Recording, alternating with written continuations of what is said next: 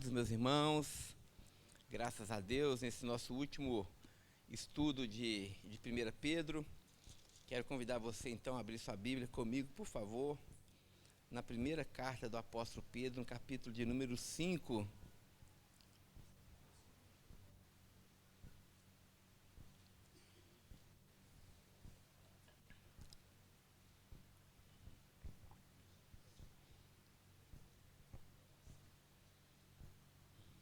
A partir do verso 5, Pedro vai fazer suas considerações finais, fazendo seus últimos votos de saudação. E para nosso efeito prático, nós vamos nos debruçar apenas nessa manhã, do verso 1 até o verso de número 4. Então, 1 Pedro, capítulo 5, verso 1 até o verso de número 4. Todo mundo achou? Amém? Muito bem. Diz assim a palavra do Senhor, vou ler aqui na revista e atualizada, palavras do apóstolo. Rogo, pois, aos presbíteros que há entre vós, eu, presbítero como eles, e testemunha dos sofrimentos de Cristo, e ainda coparticipante da glória que há de ser revelada. Só para os irmãos entenderem, essa palavra presbítero possui várias conotações, mas tem o sentido geral daqueles que exercem liderança na igreja. Então, Pedro está se dirigindo agora, nas suas recomendações finais, à liderança da igreja. E que recomendação é essa? Verso 2: pastoreai o rebanho de Deus que há entre vós, não por constrangimento, mas espontaneamente. Outra tradução é, mas de boa vontade, como Deus quer, nem por sorte da ganância, mas de boa vontade, nem como dominadores dos que vos foram confiados, antes, tornando-vos modelos do rebanho. Ora, logo que o Supremo Pastor se manifestar, recebereis a imarcessível coroa da glória. Oremos. Ó Senhor, como nós já cantamos, nós queremos tanto ouvir a Tua voz, e por isso nós te buscamos, te pedimos, Senhor, nessa manhã, dai-nos a Tua palavra. Fala, Senhor, a nossa mente e fala ao nosso coração, que o Teu Espírito possa gravar esse ensino, Senhor, dentro de cada um de nós, e não apenas isso, que possamos não apenas ser ouvintes, mas praticantes dessa palavra. Eu oro assim, no precioso nome de Jesus. Amém. Irmãos, tem tanta coisa boa acontecendo na nossa igreja, não é? E agora, no final de ano, é uma prova muito gostosa disso. Deu tantos avisos aqui, à noite, daqui a pouco, teremos uma cantata gostosa acontecendo. Nós teremos também nosso culto de virada do ano, de 31 para o dia 1º. Nós teremos a oportunidade também de servir a Deus depois ali, os irmãos fazendo a comida, né? E tudo mais. E não apenas isso. Nós tivemos ontem uma reunião da liderança da igreja, e com tantos planos assim, projetos para o ano que vem, para a nossa igreja. E de fato Deus tem nos abençoado. De fato, Deus tem levantado pessoas aqui na nossa igreja para servirem ao Senhor. E essa palavra do apóstolo Pedro eu considero muito oportuna, porque ela toca justamente nesse ponto que é tão fundamental na vida de uma igreja. Nenhuma igreja prospera, nenhuma igreja desenvolve musculatura, nenhuma igreja se organiza se ela não tiver uma liderança operosa. Se Deus não levantar no seio da igreja, muito mais do que apenas um pastor, levantar líderes na igreja. Pessoas que não tenham medo de colocar a mão na massa. É justamente com essa pressuposição que Pedro, então, escreve as suas recomendações finais. Os irmãos sabem que ele, do capítulo 1 até o capítulo 4, ele falou a toda a igreja, falando sobre os sofrimentos, falando sobre a glória de seguir a Jesus, e falando também do caminho da santidade que Deus nos leva para que esses objetivos sejam alcançados. Mas aqui, de uma forma muito particular, agora, Pedro se dirige à liderança da igreja. Então, copiando o apóstolo Pedro, nessa manhã, quero agradecer a Deus por essa oportunidade de poder também me dirigir nessa manhã à liderança da nossa igreja. A todos aqueles que ocupam um cargo de liderança na nossa igreja, que trabalharam tanto no ano de 2022, e certamente Deus há de renovar a nossa força para o ano de 2023. Então, falo aos líderes da nossa igreja, aos pastores que Deus tem nos dado aqui na nossa igreja. Nós somos uma comunidade relativamente pequena, mas nós temos 4 pastores, né? Nossa igreja é uma igreja muito privilegiada. E enquanto, irmãos, existem muitas igrejas batistas que não tem nenhum pastor. Vocês sabiam disso? Várias igrejas da nossa convenção, só aqui dentro do estado de Minas Gerais, eu sabia os números, o pastor Renê conhece de números, né? Mas são muitas igrejas que não tem um pastor. E a nossa igreja tem um imenso privilégio de ter 4 pastores que estão aqui cooperando conosco. Então eu falo à nossa liderança e falo também àqueles que desejam um dia ocupar cargo de liderança aqui na nossa igreja ou em outra comunidade que Deus te chamar para servir. E que palavras são essas? Claro que não são as minhas palavras, claro que não são as minhas recomendações, mas é a palavra de Deus e a recomendação de Deus para nós. Muito bem, Pedro vai fazer então esse apelo à liderança a partir do verso 2, mas no verso 1, Pedro faz uma introdução muito interessante acerca de algumas questões que ele pressupõe como sendo inerentes à vocação de um líder. Ele vai se dirigir aos presbíteros da igreja, aos líderes da igreja, e se colocando ao lado deles como presbítero também, ou seja, como aquele que serve também na igreja.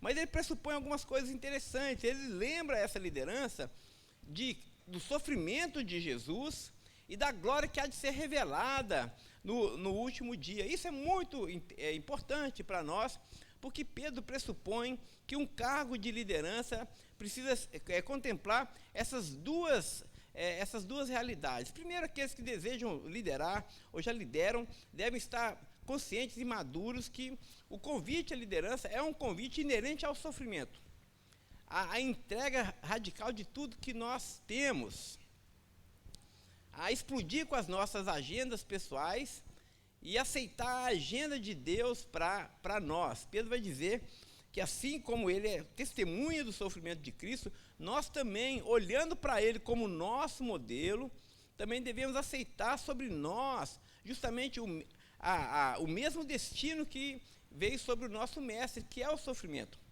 Porque, irmãos, quando nós nos empenhamos no serviço de Deus, no desejo de servir ao próximo, quando nós nos envolvemos com os nossos irmãos, nós nos abrimos para o amor. E não existe amor nenhum que não pague o preço do sofrimento, da angústia. Porque quando você decide amar, você decide servir, você adentra o universo das pessoas, e quando você faz isso é algo muito perigoso. Porque isso implica em renúncia, implica em doação de tempo, em doação dos seus ouvidos, em doação dos seus recursos financeiros, ou seja, é um convite à entrega total. Então, aqueles que desejam liderar, ou os líderes da nossa igreja, devem entender justamente isso, que nós nos abrimos para que Deus nos use até a última gota, para que Deus possa nos usar para a sua obra e para a sua glória, e isso implica na nossa renúncia. Isso implica no nosso serviço a Deus, entendendo que muito mais do que a nossa agenda pessoal, muito mais do que o nosso conforto pessoal, muito mais do que a nossa conveniência, porque o líder não serve apenas quando é conveniente, o líder serve quando o serviço se apresenta. O líder serve quando a necessidade está diante dele. E isso é altamente desafiador nesse mundo altamente hedonista que vivemos, onde as nossas prioridades são as mais importantes, quando o nosso conforto é o que mais nos interessa, quando o nosso bem-estar é colocado acima do bem-estar do reino de Deus. Mas nós que estamos a serviço do rei e do reino de Deus, nós entendemos de forma muito radical que o que importa agora é a saúde desse reino. O que importa agora é o bem-estar do rebanho que Deus nos confiou. Então Pedro vai dizer que nós devemos participar desse sofrimento de Cristo, que implica entrega irrestrita de tudo que temos e somos para a glória dele e para o cuidado do nosso próximo, mas ele também vai nos lembrar que assim como Cristo também foi recebido na glória, todos aqueles que cumprem fielmente esse trabalho, cumprem fielmente essa sua vocação, também vão participar dessa glória que há de ser revelada. É essa introdução que ele faz, e a partir do verso 2 ele vai desdobrar toda essa sua argumentação. Então, ele apresenta esse caminho para os líderes da igreja, equacionando essas duas realidades, entrega total, sofrimento, com glória de Deus a ser revelada, ou seja, aquilo que nós entregamos e aquilo que nós recebemos. E cá para nós, gente, se a gente for pensar e pesar direitinho, o que Pedro está dizendo é o seguinte: olha, entregue tudo que você tem nesse mundo temporal. Você quer ser líder? Então dê a sua vida. O Filho do Homem não veio para ser servido, mas para servir, não é? E dar a sua vida em resgate de muitos. Você deseja liderança? Então dê a sua vida nesse mundo. Dê tudo que você tem, sem restrição. E você vai ganhar em troca a glória, a vida eterna. É essa a proposta da liderança. Dê o que você tem e receba, em contrapartida, a própria glória de Deus. É essa conta matemática, se você quer fazer, faça, não é? Sem dúvida alguma, vale muito a pena servir ao Senhor. Então Pedro vai dizer então a esses líderes, a partir do verso 2, quais são as nossas atribuições. Ele vai começar usando essa palavra: pastoreai o rebanho de Deus. Pastorear significa cuidar, proteger e ser modelo. Então, Pedro está dizendo para os líderes da igreja que eles devem pastorear o rebanho, ou seja, eles devem cuidar do rebanho, eles devem se empenhar em proteger o rebanho, eles devem se empenhar em ser coerentes com a sua vida. Lembrando que esse rebanho não é o nosso rebanho, mas é o rebanho de quem? De Deus, não é isso que o texto diz? Pastoreai o rebanho de Deus. Ou seja, nós não temos um rebanho, nós somos pastores que não têm rebanho próprio, nós não temos nenhuma propriedade, as ovelhas que Deus tem nos confiado não nos pertencem, elas pertencem ao Senhor, e isso deve gerar no nosso coração, no coração da liderança, um temor muito grande. Entendendo que cada ovelhinha que Deus tem colocado sobre o nosso cuidado pertence a Ele. Então nós temos que ter muito zelo com cada ovelha que Deus tem trazido para a nossa igreja. Irmãos, e aqui na nossa igreja nós tomamos como propósito não deixar ninguém para trás. Ou seja, todas as ovelhas que Deus mandar para a nossa igreja, nós vamos cuidar. Nós vamos pastorear, entendendo que não se trata do nosso rebanho. Portanto, não há lugar no nosso coração como líder para nenhum orgulho dizendo assim: olha, eu tenho 1000 ovelhas. Nós não temos ovelha nenhuma. As ovelhas são de Jesus, gente. Nós não temos propriedade e domínio sobre ninguém, como Pedro vai dizer mais à frente. As ovelhas são de Cristo. Pertence ao Supremo Pastor. Ele tem nos confiado a responsabilidade de cuidar dessas ovelhas, mas nós jamais devemos perder de perspectiva que elas não nos pertencem. Portanto, pastoreai o rebanho de Deus que está entre vós. Muito gostosa essa expressão, entre vós, porque o líder, ele não pastoreia de cima para baixo. Assim como o pastor,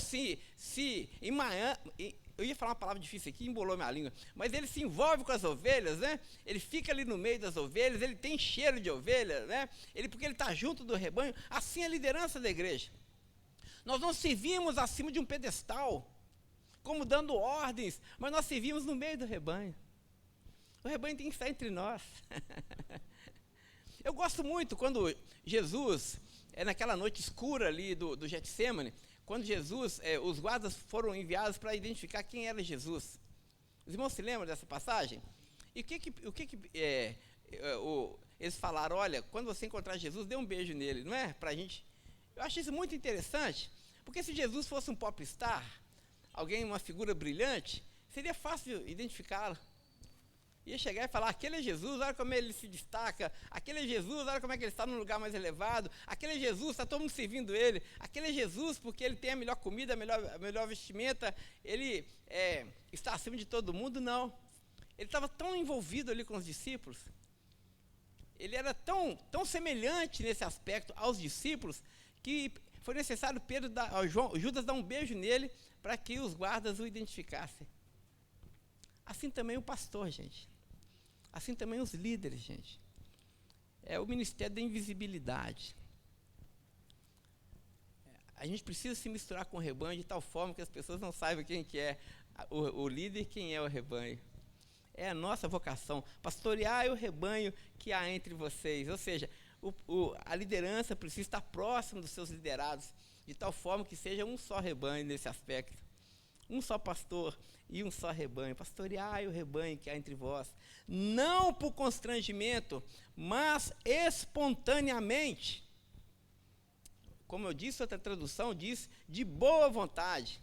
Ou seja, como nós vamos cuidar do rebanho? Nós vamos cuidar do rebanho com alegria, fazendo de forma alegre e espontânea, não urrando debaixo de um chicote ali da necessidade imperativa, do senso de urgência, como se fosse pesado servir ao Senhor. Deus não deseja para a nossa liderança que nós o sirvamos com peso. É o que nós temos desenvolvido aqui na nossa liderança, o conceito de igreja leve. Porque quando nós servimos ao Senhor com alegria, o serviço do Senhor se torna leve. Não se torna um serviço feito de má vontade. Quando ensinamos a igreja os caminhos que a igreja deve percorrer, a igreja deve atender a esse chamado de boa vontade. Deve atender a esse chamado com alegria no coração. Porque, meus irmãos, se não for de boa vontade, não serve para Deus. Porque se não for com alegria no coração, não serve para Deus. Muitas vezes a gente ensina aos irmãos a necessidade de contribuir, com a igreja do Senhor, de dar o dízimo e dar a oferta, mas nós jamais iremos colocar sobre os irmãos um jugo imperativo dizendo, você é obrigado a contribuir. Eu jamais falei para os meus líderes que eles precisam contribuir com a obra de Deus, porque se Cristo não for um argumento suficiente para que eles deem tudo, nenhum outro argumento deverá ser apresentado mais forte do que esse. Não existe outro argumento. Porque se nós não contribuímos com alegria, é preferível não contribuir. Porque se nós não servimos com alegria, é preferível não servir. Porque se nós fazemos com mau humor, é preferível que nós não façamos. Porque, como o próprio apóstolo Paulo vai dizer, o reino de Deus não é comida nem bebida, mas é justiça, é paz e é alegria no Espírito Santo. Então, o que Pedro está dizendo para a liderança da nossa igreja é justamente esse conselho. Se você vai servir, não faça por constrangimento. Não faça porque o pastor está mandando você fazer. Faça espontaneamente. Faça com alegria no coração. Faça com as intenções corretas. Irmãos, por que nós servimos? Nós servimos porque nós amamos ao nosso Senhor. Porque nós desejamos agradá-lo. Porque Ele já nos deu tudo que nós precisamos. Porque nós éramos pobres e perdidos e nós fomos achados. Nós servimos porque nós nos identificamos com a parábola do filho pródigo, daquele filho mais jovem quando retorna para casa. Nós fomos aceitos pela graça de Deus. E agora que nós somos incluídos nessa família de Deus, nós servimos com alegria, porque nós entendemos que tudo que temos, que somos, nós recebemos por méritos de Cristo e por causa da sua graça generosa que foi derramada em nós. É por isso que nós retribuímos com a mesma generosidade e com a mesma alegria. Porque só pode ser generoso quem recebeu da generosidade de Deus. Porque só pode ser gracioso quem foi alcançado pela graça de Deus. Porque só pode servir com alegria aquele que foi inundado com a alegria de Deus. Porque só pode perdoar aquele que um dia foi perdoado por Deus. Porque só pode contribuir no gasofilácio e dar tudo que tem aquele que já foi enriquecido pela bondade de Deus. Nós o amamos porque Ele nos amou primeiro. Não por constrangimento. Servimos com espontaneidade, como Deus quer. Deus ama aquele que dá com alegria. Deus ama aquele que serve com alegria. O desejo de Deus para a liderança dessa igreja, que ela possa servir com alegria, essa é a vontade dele. E Pedro ainda vai dizer, não por sorte da ganância, mas com liberalidade ou com boa vontade. Irmãos, nós não servimos a igreja querendo lucro. Só para os irmãos entenderem, na nossa igreja nós temos apenas 3 atividades que são remuneradas. A atividade do pastor principal, que sou eu, do pastor Tiago, que tem nos ajudado muito, e da irmã Dani, que faz parte do Ministério de Zeladoria da igreja. Mas mesmo nós que somos remunerados, nós não fazemos o nosso serviço por ganância. Irmãos, eu vou dar um testemunho pessoal. Deus sabe, minha esposa é minha testemunha. Eu nem lembro que eu recebo da igreja. Eu sirvo com alegria. Quando eu olho para os irmãos, eu não penso em lucro. Nós não pensamos em lucro. Nós pensamos em expandir o reino de Deus, gente. Quando eu fecho os meus olhos, eu não me vejo rico às custas do rebanho, mas eu vejo uma igreja rica. Eu vejo uma igreja próspera. Eu sonho com a Betel mais próspera do que ela já é. Em todos os sentidos. Em todos os sentidos. Eu completarei com fidelidade a minha carreira. Quando eu puder entregar ao Senhor, junto com essa liderança, uma igreja muito mais sólida, muito mais embelezada, muito mais alicerçada na palavra do que nós recebemos, eu disse. Essa é a minha ambição. Esse é o nosso desejo. É por conta disso que nós nos afadigamos. É por causa dessa meta que nós damos à nossa vida. É por isso que, com saúde ou sem saúde, podendo ou não podendo, nós servimos a essa igreja. Nós damos tudo o que nós temos, porque nós estamos empenhados em que a glória de Cristo possa se manifestar nesse mundo e que a Betel seja uma protagonista nesse sentido, para que Cristo seja exaltado, seja glorificado entre nós. A nossa recompensa não é o dinheiro, meus irmãos. A nossa recompensa é a edificação de vidas. A nossa recompensa é ver a vida dos irmãos sendo transformadas e tocadas por esse evangelho. Ser transformadas por essa palavra que um dia nos transformou. Então, nós trabalhamos não objetificando lucro, não pensando em engordar a partir do sacrifício do rebanho, porque nós também entregamos tudo que nós temos. E fazemos isso com a máxima generosidade possível. Pedro completa a sua argumentação dizendo, não como dominadores do que vos foram confiados, antes tornando-vos exemplo ou modelo do rebanho, sem dominar, ou seja, sem impor, sem imposição. Nesse aspecto, a nossa igreja é uma igreja muito livre. Aqui nós não constrangemos ninguém. Aqui nós não cobramos de ninguém. Aqui nós deixamos cada um dos irmãos muito à vontade, para que eles possam desenvolver os seus dons no tempo certo, para que eles possam dar os seus frutos no tempo certo, para que eles possam servir a Deus com seus bens, dons e talentos dentro do tempo deles. De forma alguma nós vamos dominar o rebanho. Pelo contrário, a liderança dessa igreja está empenhada em servir ao rebanho, de tal forma que os irmãos tenham o máximo suporte possível, para que os irmãos sirvam a Deus com maior alegria e generosidade possível.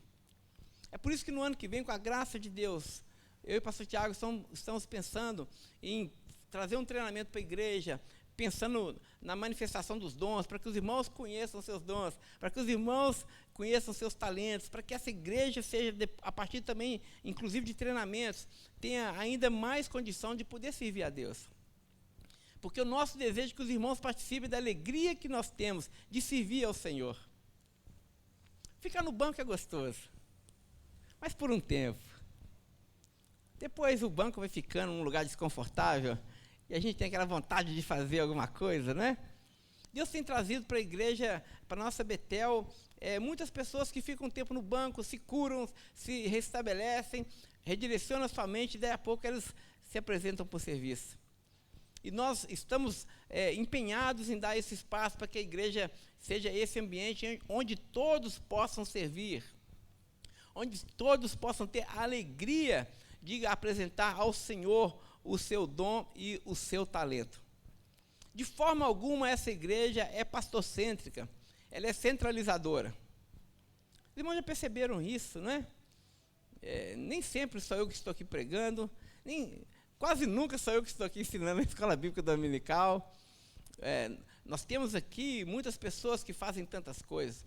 E o nosso desejo é justamente esse, que os irmãos tenham cada vez mais espaço para que vocês possam servir ao Senhor com seus dons, com seus bens e com os seus talentos. Portanto, a recomendação do apóstolo Pedro, o imperativo do apóstolo Pedro, para mim e para todos os líderes dessa igreja, e para aqueles que desejam ser líderes, é que no nosso pastoreio nós não sejamos dominadores daqueles que nos foram confiados, antes sejamos modelo. Exemplo. A Nayara lembrou aqui um ensino lá do pastor Tiago. Nós somos as cartas vivas de Deus. As pessoas estão lendo a nossa vida. As pessoas estão o tempo todo não apenas vendo o nosso discurso, mas vendo a nossa prática. E aqui nós temos aqui um grande desafio para a liderança dessa igreja, de sermos modelo para o rebanho.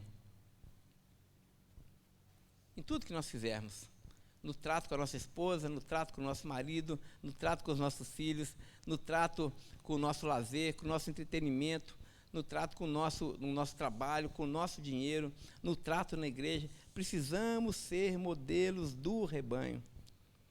Precisamos imitar a Jesus de Nazaré, para que o nosso rebanho, nos imitando, na verdade, imitem também a Cristo. Não foi isso que o apóstolo Paulo falou?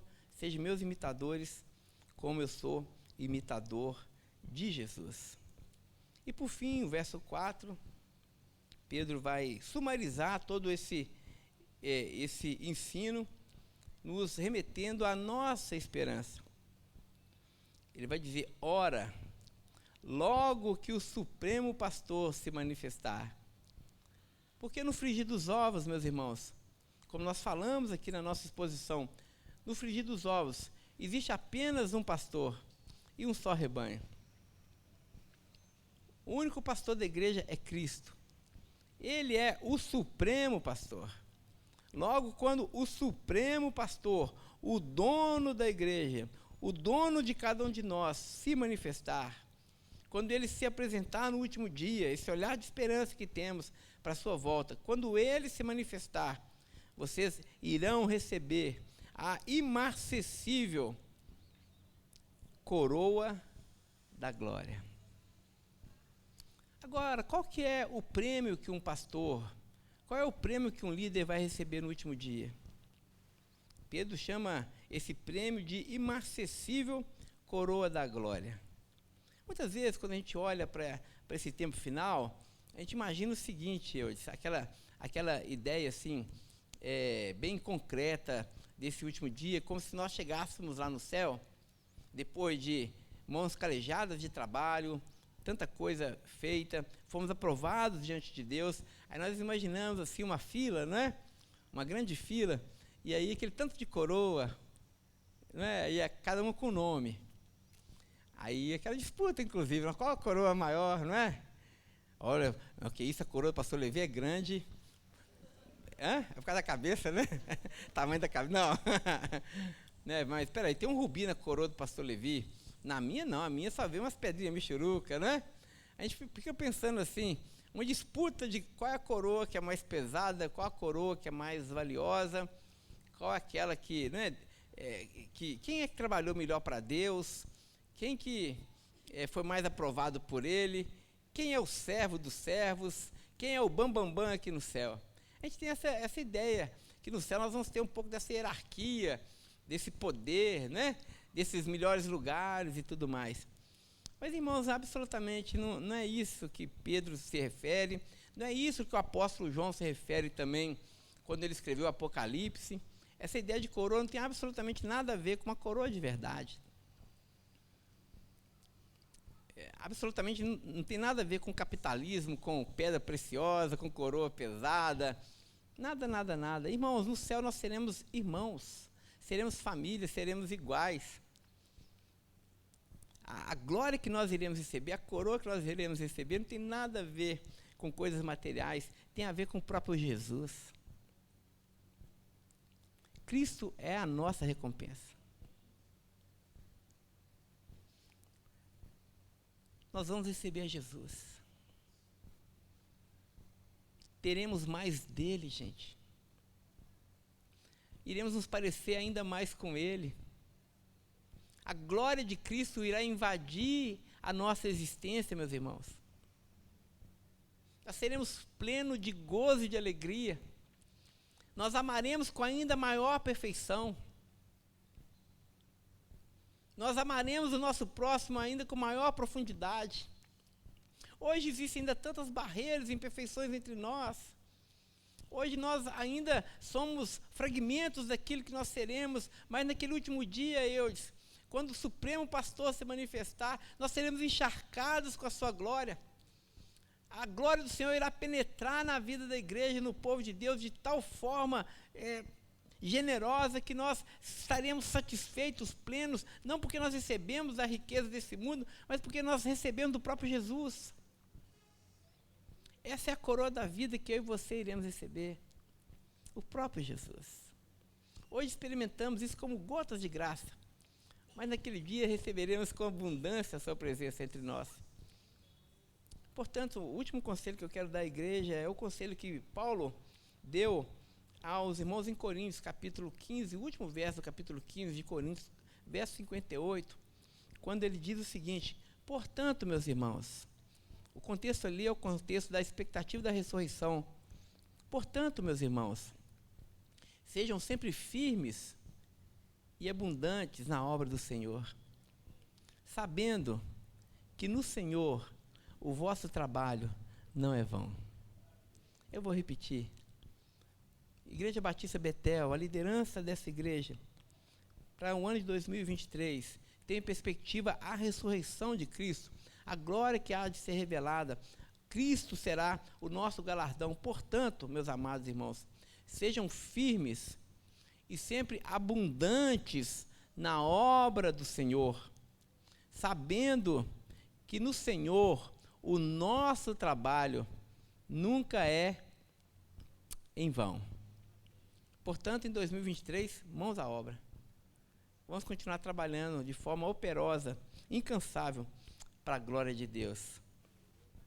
Amém? Amém mesmo? Amém. Vamos ficar em pé e vamos orar, irmãos.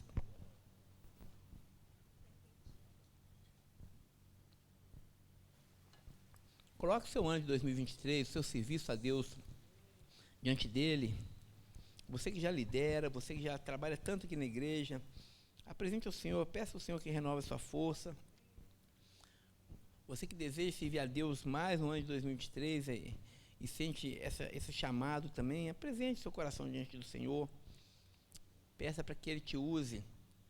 Deus não faz acepção de pessoas. Deus não faz acepção de pessoas. Ó Senhor, nosso Deus e Pai bendito, te damos graças pelo encerramento do nosso estudo na primeira carta de Pedro. E como nós amamos a Tua palavra e como a Tua palavra tem nos dado entendimento acerca daquilo que queremos para a nossa igreja, que é ser uma igreja sustentável. Uma igreja que se preocupa com as futuras gerações, mas uma igreja que se preocupa também, Senhor, em servir aos irmãos com tudo que temos e que somos. Ó Ó Deus, eu quero te pedir para que essa igreja, nossa igreja, seja uma igreja laboriosa, que possamos te servir com intensidade, ó Deus, e ao mesmo tempo com tanta boa vontade, sabendo que no Senhor o nosso trabalho não é vão.